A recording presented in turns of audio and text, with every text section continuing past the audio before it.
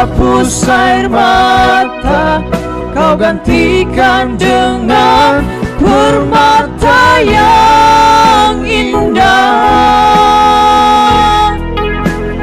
Kau membalut luka dan beri penghiburan yang tak terhingga.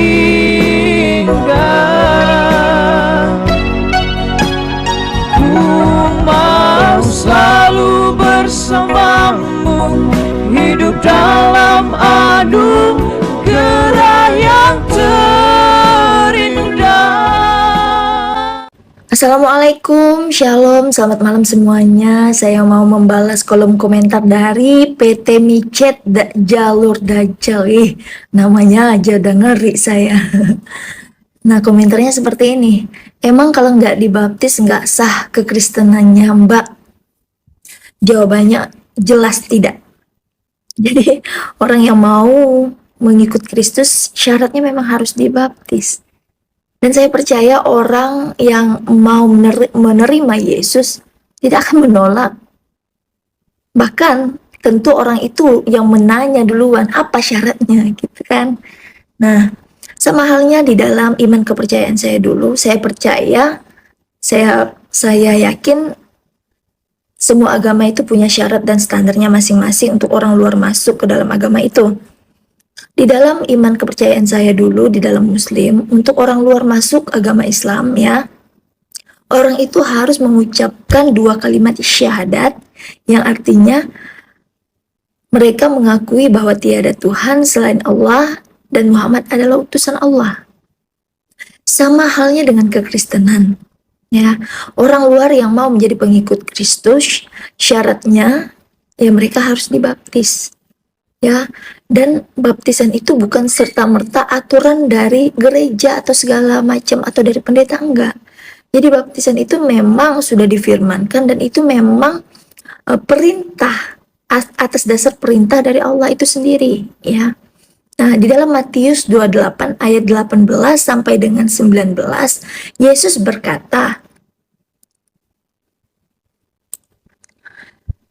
Yesus mendekati mereka dan berkata, "Kepadaku telah diberikan segala kuasa di sorga dan di bumi." Ya, segala kuasa di sorga dan di bumi itu semuanya diberikan kepada Yesus.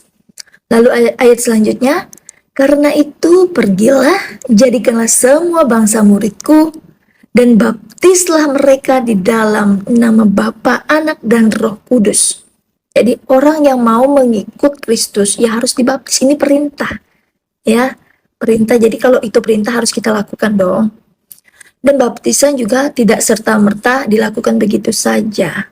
Ya, semuanya itu punya makna. Sama halnya di dalam Islam, di dalam iman kepercayaan saya dulu, 2 kalimat syahadat itu tentu punya maknanya tersendiri. Nah, di dalam iman Kristen, baptisan itu berasal dari bahasa Yunani, yaitu baptizo, yang berarti menenggelamkan. Jadi baptisan berarti membersihkan diri orang itu. Oke, saya akan melanjutkan video yang sebelumnya sempat terputus karena durasinya nggak cukup. Saya juga ini sebenarnya nggak bisa ngomong cepet-cepet, tapi karena durasi saya ngomong cepet-cepet jadi agak aneh gitu ya. Nih juga sambil charger. Nah, jadi baptisan berasal dari bahasa Yunani yaitu baptizo yang artinya menenggelamkan. Jadi baptisan saat orang memberi diri dibaptis ya, dia masuk ke air, ditenggelamkan seperti video saya yang sebelumnya itu, lalu bangkit, itu artinya dia telah membersihkan dirinya dari dosa, menanggalkan dosa, makanya disebut lahir baru. Nah, saat orang tersebut telah dibaptis dalam nama Bapa dan Anak dan Roh Kudus, ada Roh Kudus yang menyertai hidupnya, menuntun hidupnya, mengajarkannya dalam kebenaran. Jadi makna dari baptisan itu adalah pembebasan dari dosa.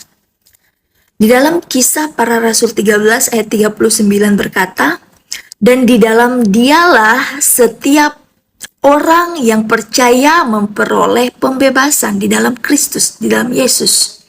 Setiap orang percaya memperoleh pembebasan dari segala dosa. Wow, keren.